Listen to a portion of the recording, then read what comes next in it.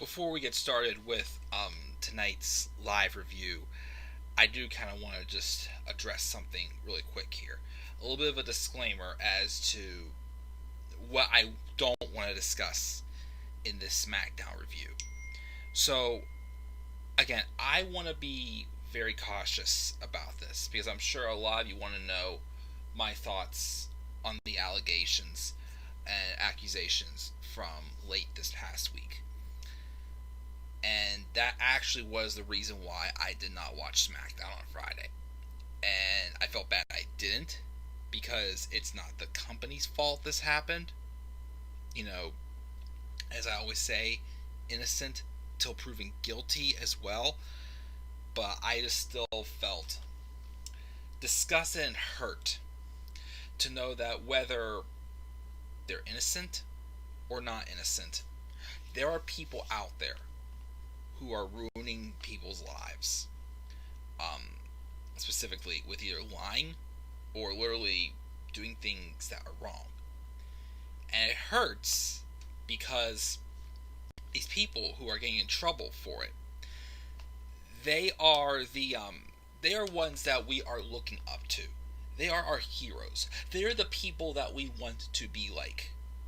You know, we buy, whether it's their wrestling t-shirt, we buy, their baseball jersey, or we pretend to be them in video games and whatnot, because we look up to, we are inspired by these people.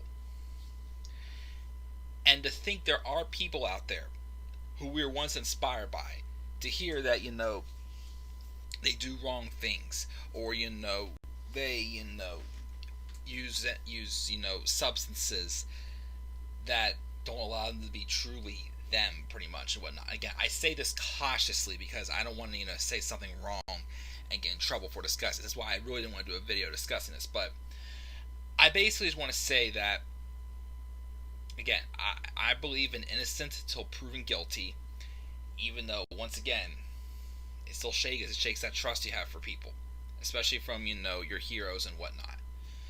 So with that getting out there, I just wanted to do that brief introduction and brief disclaimer.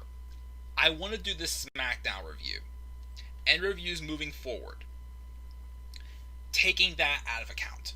Because obviously there was somebody on SmackDown who was part of those accusations.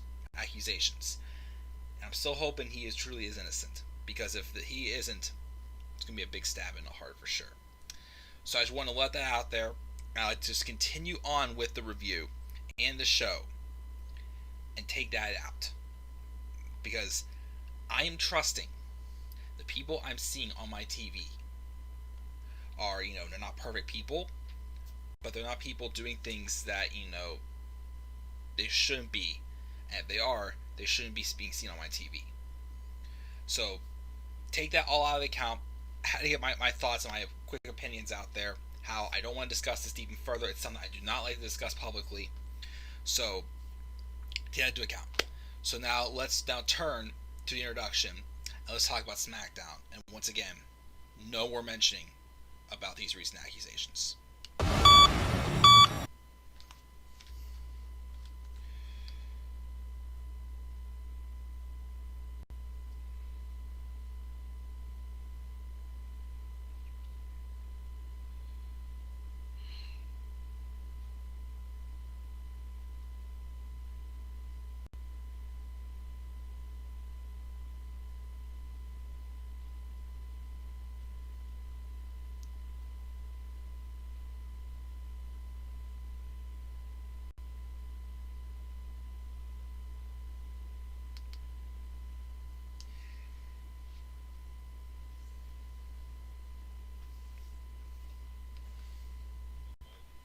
Damn, I'm about to go live. Stop. Sorry. I got mom's text, don't worry. Just wait for my introduction to be over.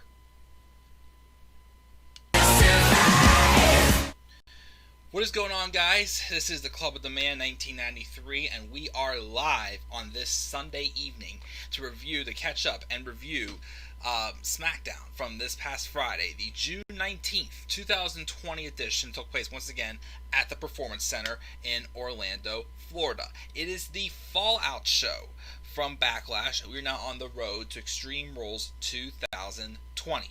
And also, as you can see, finally found a graphic of Bayley with both the SmackDown Women's Championship and the WWE Women's Tag Team Championships. I still think those titles need to be just disbanded or just get rid of, especially after this episode. So, like, once again, as I said before, I only watched the highlights from SmackDown, so I'm going to base it off where I saw that. And overall, thought it was a very similar show to what we got last week. Really just a one-match show. Nothing else I really cared about. But the stuff that happened, for me, it was like, it didn't bore me. It was more like, it was what it was.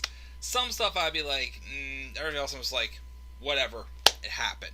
So I guess that's why I gave this one just a slightly higher grade than I gave last week. Despite the fact that last week had like a match of the year candidate for sure.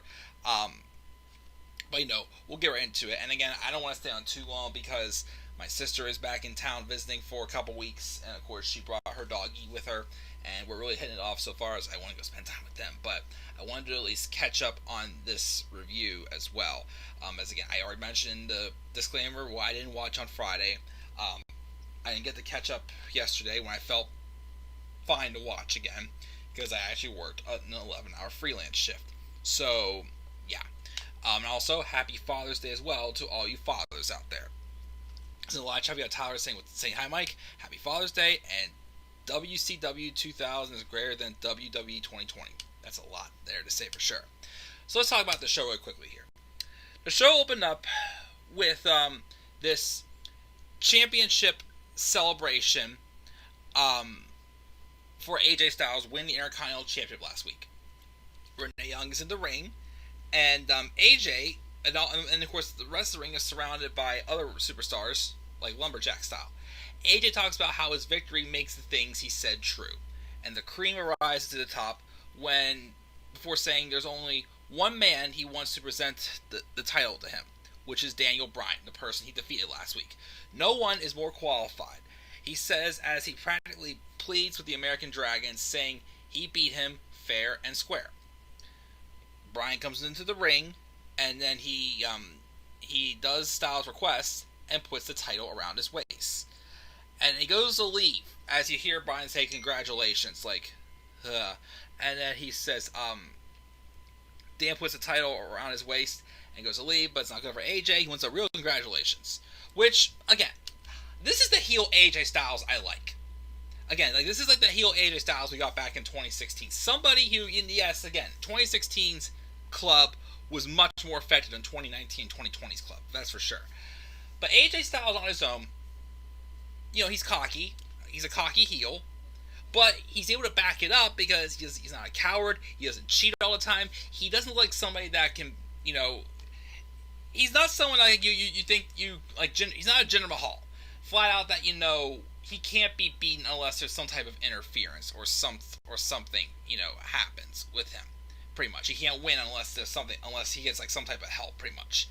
AJ Styles, again, pretty much is both like Adam Cole as a heel. You know, Adam Cole has his moments where he gets a sneaky win in there, so does AJ Styles. But, he still looks confident, and he actually looks tough to beat. Which I can say, we don't have heels that often. So, again, I watched him like, this is the heel AJ I've been wanting to see again, ever since he had turned heel last summer. So anyways, Bryan gets on the microphone, congratulates him, saying he was the better man last week. He has infinite respect for him, and he thinks he's going to be a great champion. Maybe the greatest IC champion in history. If he shows up every week and defends the title against guys around the ring. Imagine what he would do against guys like Graham Metalik, Chad Gable. He said Shorty G, but of course I'm saying Chad Gable. Or Big E. But Styles is like, no, not this again. I want guys that's on his level. I'm not just giving out another freaking handout. And then Bryan says that, and of course, but then also Styles mentions that Bryan is in the back of the line. Bryan's like, okay, I can handle that. But if you want people to earn things, surely he'd be willing to defend his title against Drew Gulak, because Gulak had pinned him 2 weeks ago. 2 weeks before their match they had last week, which is very true. Once again, Styles says, once again, I'm not defending against anyone who hasn't explicitly earned himself a number one contendership. And if someone step up to me, blah, blah, blah. And then, sure enough, it was advertised, but we hear, bro. That's right. The King of Bros, Matt Riddle, has arrived on SmackDown as advertised for a few weeks now, which again, I keep saying, they could have still had him, had that freaking fight pit match with Timothy Thatcher at TakeOver in Your House, but nope, could not happen. Riddle comes out, gets in the ring, introduces himself, to which AJ criticizes his lack of shoes and says all he sees is another guy looking for a handout. Riddle's like, no, I'm not looking for anything, but I'm looking to give you some advice. He hears that AJ Styles is the face that runs the place. Well, he's here to be the bro that's gonna run the show. And then the two of them brawl. We have a one-on-one match with AJ Styles and Matt Riddle. And I thought it was a pretty good match. Of course, with Styles, something different. Working with the bare feet of Matt Riddle, since you all know Matt Riddle wrestles in bare feet, which is quite interesting, but it's his style. And despite like a slight distraction to Styles, Matt Riddle wins with the Bro Jarrett, or whatever he calls his fall forward tombstone pile driver he basically uses. And Matt Riddle pins AJ Styles in his SmackDown debut. Does that mean he gets an IC title shot at Extreme Rules? I mean, I thought maybe they would keep it till SummerSlam for Riddle and Styles. Maybe have Riddle feud with like Corbin or someone like that first. But yeah, he pinned the Intercontinental Champion on his debut. And normally, again, I'd be pissed about this. I kind of liked it though. I felt it fit for this to be a moment. Wherever it's like it's okay to have the champion pin one-on-one pretty much. I liked it. And I honestly liked how they booked Riddle. Again, he obviously came out doing his little goofy funk style and whatnot. His dance, he felt himself, but he also had him show a serious side, which I feel like they did a lot more towards the end of his run in NXT, having him show a little more of a serious side, especially in this feud with Timothy Thatcher. So it's like, so far so good.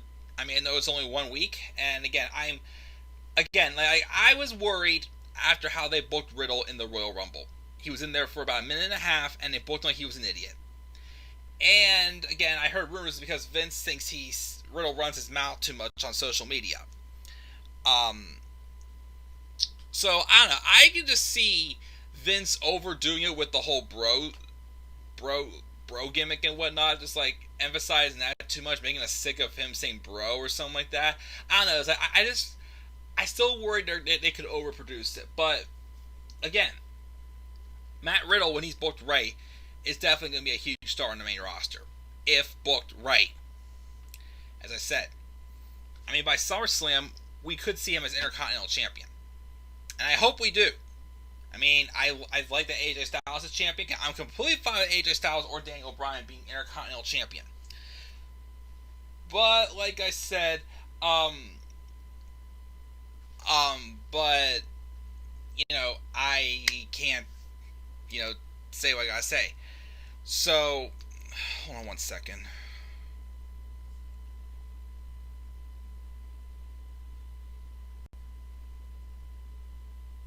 Sorry.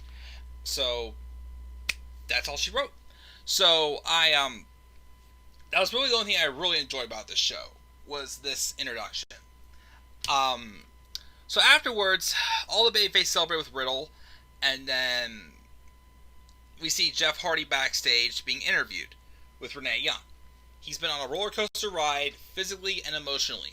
42 years old, and he's still trying to turn his life around. The bad times can haunt him if he lets them, but he has to do what's best for his family. He puts one fire out, and then there's another one. The struggle is real. He's lost a lot of matches. He's going to lose many more. But Sheamus is a constant reminder of what he doesn't like about himself. Creates negative thinking where he just beats the holy hell out of him, no better, but then he loses and he starts doubting himself, whether he's a bad husband or worker or father. But the bottom line is he's learned one thing, and that he has to control himself before the cycle goes back out of control. He needs to have the wherewithal to step back and look at the situation, and the truth is he is an adrenaline junkie and an alcoholic, but Sheamus is a miserable bully who makes his vulnerability weakness, basically, blah blah blah, all that stuff. So basically this feud with Sheamus and Hardy is continuing. I lost interest again. It's like that segment last week with the urine test has completely turned me off from this. I mean, I thought their match was good, but that segment turned me off from this feud. I don't want to see it continue. I don't. And then later, Sheamus was interviewed to follow up from that. He basically said that next week he's going to have a toast to Jeff Hardy. And I'm really worried about that. That doesn't smell good to me. I have a bad feeling about this segment. It's going to be something along the lines of the urine test. So I'm not looking forward to that next week. Chad Gable and Mojo Rawley had another match. Chad Gable won with a roll-up. Like, why does Chad Gable only win with roll-ups? Oh, I know why. Because he's short. Shorty G. Literally, I didn't notice it until I saw it in the highlights that the graphic for his intro has a ruler inside the G. Still disgusts me. He wins, but it means nothing to me. Then we have a segment with Ms. TV with Mandy Rose. They addressed the elephant in the room. Miz lost focus and pulled Morrison off of a pin on Braun Strowman at Backlash. They agreed that it only happened because WWE changed the rules, blah, blah, blah, blah, blah, blah, then becoming the Sole Universal Champion, blah, blah, blah, all that bull crap. But now they bring out Mandy Rose. They berate her for being a terrible friend to Sonya Deville, and she isn't going to take it, so she gets up to leave. Miz says they're just joking, not taking her seriously, but they have a surprise. And it's Sonya. Mandy says, I'm done with her, which, no offense, kind of done with this too. But Sonya says that must be nice, but she can't be done with her. She brings up the run sheet for the show, saying Mandy Rose on Miz TV with her nowhere to be seen. And what has Mandy done to earn these opportunities? Won matches, done anything of value to anyone? Mandy turns around and asks, what has she been besides being a fighter? She's alone. So how much longer is she going to hang on to these petty resentments? Sonya says she's not mad anymore, just confused. And she just wants to figure out what she needs to do to get that Mandy treatment. She can't see the difference between them beyond Mandy's presentation. So, why does she get these opportunities? And then they brawl, and then Sonya darts out, and then it leads to Mandy slapping Miz across the face. I'm kind of wondering too, why are we still continuing this? I don't know, I feel like it's fizzled out. Dolph Ziggler is apparently moving over to Raw in the because the AJ Styles trade. Apparently, we're moving both Ziggler and Ali over to Raw.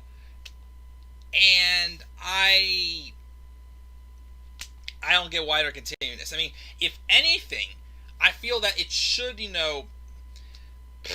I hate to do this to Sasha, but I feel like this should eventually lead to a championship feud. Like, let's say when Sasha dethrones Bayley, Sasha has, hopefully a longer run than usual with the title. Sonya takes it, and it eventually leads to, Sonya and Mandy or something like that having a feud. Maybe next year, I don't know. I don't know if it'll be WrestleMania worthy, but kind of take a break from these two colliding with each other for a while, because now I feel like this is starting to drag on a little bit. Otis and Mandy are established together. Why does Sonya need somebody to keep coming into the picture? Separate them for a while, I think. We have New Day versus Lucha House Party. Where the heck's Kalisto? New Day won with a decent match, but during the match, the Boston Hug Connection's on commentary. I don't know why, which I thought was weird. And then after the match, Cesaro and Nakamura laid them out, saying they're tired of being overlooked and whatnot, blah blah blah, which is very true. But it's going to be just a pointless tag match between them at Extreme Rules. Probably I'm not going to care about. A bunch of women on the roster are hanging out backstage talking about who should get the next title shot and why it's them. Dana pipes up and says they have an opportunity to show everyone they're not just filler, and it's this somehow Stokes Alexa where Nikki Cross has gone to. Which Nikki went to ringside to beat down Sasha Banks. And for the millionth time, we see Sasha Banks Nikki Cross collide, because that's the only feuds we can get involved in the women's tag titles. Like I said, there's no depth in this women's division. Get rid of them tag titles. We're just going to be seeing constantly Sasha and Bayley taking on Nikki Cross and Alexa Bliss, or Sasha and Bayley versus the Iconics, or Iconics versus Alexa Bliss and Nikki Cross. It's literally the only tag teams established. You break all the other ones up, so why should we have women's tag titles? Once again, terrible booking, makes no sense, I don't care. So we got that, and then we had our ending segment, which was the return of the Firefly Funhouse. Bray Wyatt says he's missed us, can't wait to share what he's been up to. He mastered the dark art of resurrecting the dead, he's learned a lot how to knit, and he's infiltrated a reptilian stronghold. Rambling Rabbit pops up and mentions that he lost to Braun Strowman, which makes Bray unhappy. But in the feed, he realizes he's gone about this all wrong, seeing Strowman as someone he's known for a very long time. And then, of course, we see a train, because once again, Braun Strowman is the choo-choo train among men. I hate his new introduction. I'm sorry, I do. So he comes out and gets on mic and tells Bray that he lost and their story is over, which gets a fit of the giggles from Wyatt. Says his chapter may be over, but he wasn't lying about resurrecting the dead. Their story is just getting started. And then Bray Wyatt appears again as the original Bray Wyatt, the Eater of Worlds. And says, Braun, what's wrong? In order for them to move forward, they must first take a step back to where it began. He created Strowman, so it's his duty to destroy him. He knows where to find him. All he has to do is follow the buzzards. Run. Blows the light out and it's over. So, I disagree with this. They're going about this wrong. I'm sorry, they're going about this wrong. This should be Braun Strowman versus The Fiend. Why are we doing Braun Strowman versus Eater of Worlds Bray Wyatt? Like, why do we have to, start back from the beginning again? Why couldn't the story just simply be Bray Wyatt obviously was trying to stop Braun Strowman from The Fiend? Why should Braun Strowman be afraid of the Eater of Worlds? He should be more terrified of The Fiend. The Fiend took him down. Remember in the build for the shitty Hell in a Cell match last year? The Fiend Bray Wyatt took down Braun Strowman in the build for that. I don't know. I wasn't too crazy about this ending segment. Because again, it needs to be Braun Strowman versus Bray Wyatt, The Fiend. Not Eater of Worlds, Bray Wyatt. I'm a little shady about that. Is this because they don't want The Fiend to lose again? I mean, you fed him the Goldberg, so what, is The Fiend now dead? I don't know. I didn't get that. Who knows? But that was my review of SmackDown. I gave it a C+. I gave it a C+ because, yes, it was a very similar show to what we got last week. A one-match show. But, to me, everything else just was what it was. It wasn't, super boring. To me, it is what it is, pretty much, I felt. Check the live chat, I gotta get off. So, really quick here, give AJ the blue crap belt, turn him face. Matt is gonna get buried on the main roster, who knows. I still haven't watched part 4 or part 5 of The Last Ride of The Undertaker. Please, no spoilers. Matt's a jackass to Goldberg and Brock if they punch him in the face. Ouch. We're going to end the stupid Mandy and Sonya feud. Again, like I said, take a break from it, and then once Sonya gets the title or something like that, then you can bring it back full circle. Because I think it's just starting to drag on too long. And I don't know why they're bringing back Bray either. Yeah, Dolph's going to Raw. But then again, who knows if that's true? How many wrestlers have announced their retirement only to come back for another match? True. And Tower says no, the Fiend is not dead. But that's going to do it, guys. Again, sorry I'm rushing off. Got other things I want to do. What are your thoughts on this week's show? That's down in the comment section below. Give it a C+, slap a like on the video, subscribe or comment on my channel, and follow me on Twitter at DemandAirBoy93. Guys, with that, I'm checking out. I will see you all later. Have a good rest of your night. Have a great start to your week. And I'll see you guys all later. Peace out, everybody.